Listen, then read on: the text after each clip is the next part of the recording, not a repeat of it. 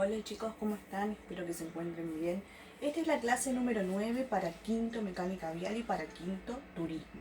Nosotros en las clases anteriores hemos estado trabajando con función cuadrática y la clase pasada vimos los elementos de una función. Vimos el vértice, las raíces, el eje de simetría. Y con respecto a las raíces es lo que vamos a trabajar principalmente en esta clase. Nosotros las raíces de una función, de cualquier función, para saber cuántas raíces tiene esa función, nos fijamos en el mayor exponente de la variable, es decir, el mayor exponente de la x. Ese exponente me va a decir cuántas raíces tiene. En este caso, que es una función cuadrática, un polinomio de segundo grado, que tiene su exponente mayor 2, tiene dos raíces. Esas raíces pueden ser reales. ¿Qué significa que sean reales? Que están incluidas en el campo de los números reales. Que yo puedo ver mi eje cartesiano y puedo señalar dónde la gráfica corta la función. La gráfica corta el eje de las X. Puedo ver, puedo visualizar, puedo marcarlo. Me puede pasar también que las raíces sean complejas. O sea, o son reales o son complejas, ¿no? Y tengo la opción de que sean complejas. Si las raíces son complejas, significa que pertenecen al campo de los números complejos. Los números complejos, quinto, mecánica vial, los ve en cuarto año, yo no sé si el año pasado llegaron a verlo, y quinto turismo lo ve en quinto año, es decir, los vemos ahora. Por una cuestión de tiempo, un recorte de programa, nosotros no los vamos a ver. Pero es importante saber que siempre la función cuadrática tiene dos raíces. Y esas raíces pueden ser reales, es decir, yo las puedo ver en el gráfico, o pueden ser complejas, que obviamente que no las vamos a ver porque está en otro campo numérico. Cuando yo digo un polinomio de segundo grado que tiene dos raíces y demás, no significa que el polinomio siempre tenga que tener tres términos, ¿sí? Puede ser que, como yo les había explicado en la primera clase, nunca tiene que faltar el término cuadrático. Es decir, cuando yo escribo la fórmula que es ax cuadrado más bx más c, me puede faltar el término lineal, es decir, el término que acompaña a la x, me puede faltar el término independiente, es decir, el numerito solo que yo tengo, pero nunca me puede faltar el término cuadrático porque si no, no sería una función cuadrática. Yo acá les puse un ejemplo, ¿sí? Y fíjense que en esta función que está acá, el 3x cuadrado más 2, que es los ejemplos que nosotros vamos a ver en estos videos, van a ser los ejemplos que ustedes tienen y que tienen que copiar, que tienen la actividad.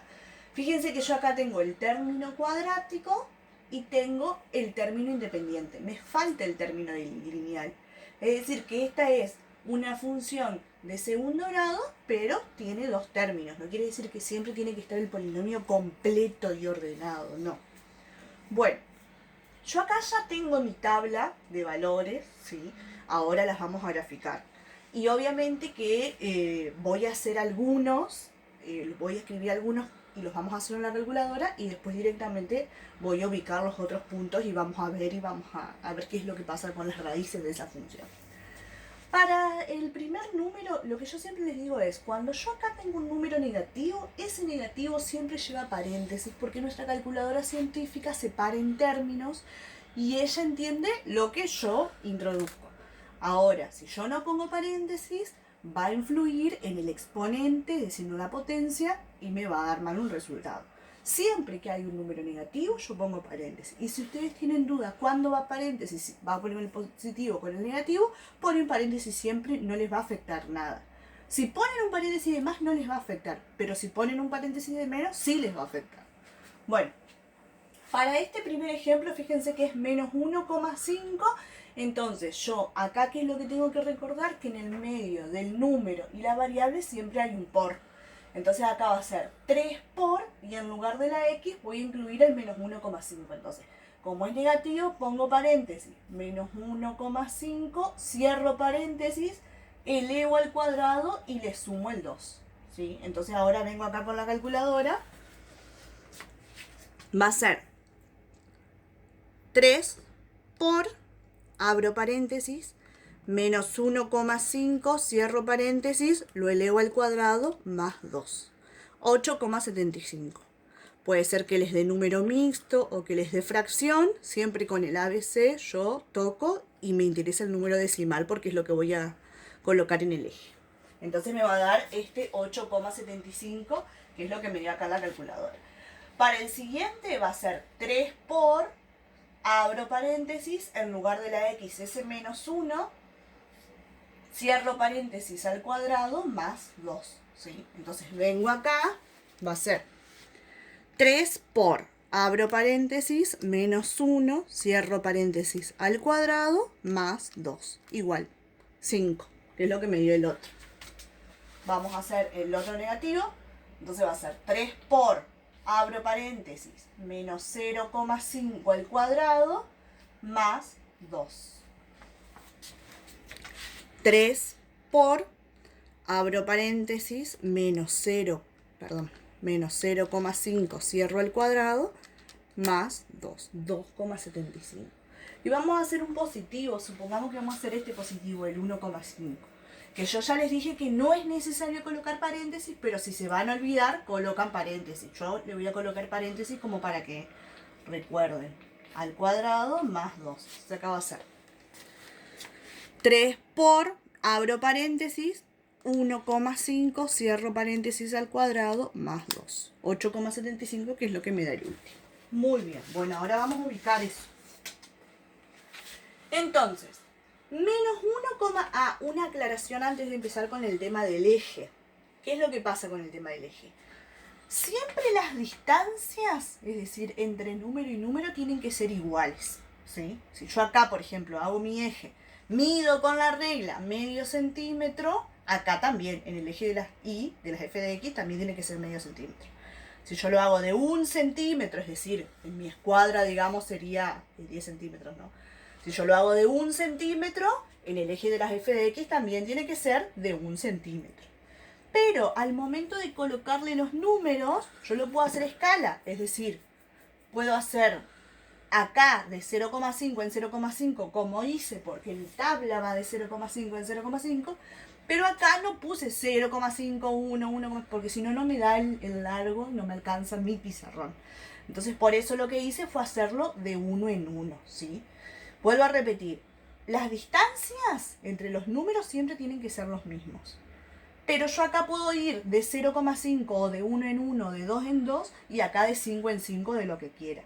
Y algo importante que yo he notado en las actividades, que por ejemplo, si el gráfico, si ustedes tienen que marcar el punto 1, 5, porque antes del 5 no han graficado nada, empiezan acá desde el 5. No, yo tengo que dejar los lugares y me va a quedar esto en blanco y bueno, marcar el punto 5. Pero no es que si yo empiezo de 5 acá pongo un 5.